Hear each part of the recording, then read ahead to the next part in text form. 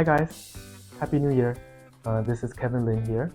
I hope you guys had a wonderful holiday season, had a chance to spend some time with your family, friends, had the opportunity to relax and refuel, and got to a great start to 2024. Our office generally sends out a quarterly newsletter every three months or so to dental offices around the Bay Area.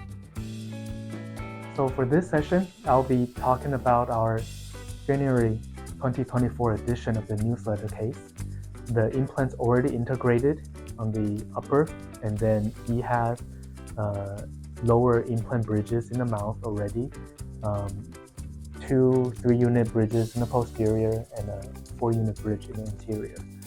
And it was a tough case because there's a lot of extreme implant angulation, and the anterior posterior implant distribution was not ideal, and unfortunately there were also some implants that failed.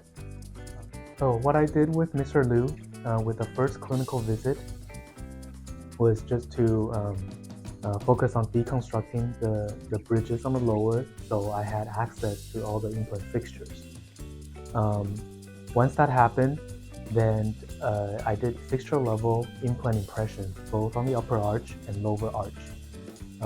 This way I could assess which implants I could use for good anterior posterior spread and a nice implant distribution. For what I had in mind was to do a full arch fixed implant bridges for his upper and lower. So I made that decision after looking at the preliminary implant models to decide which ones I wanted to use, and with that model I was also able to measure the tissue color height and got some idea of the type of multi-unit abutments I wanted to use. Then I brought Mr. Liu back to do the tentative denture setup, just to see that aesthetically we're able to establish some baseline of how we want the teeth to look.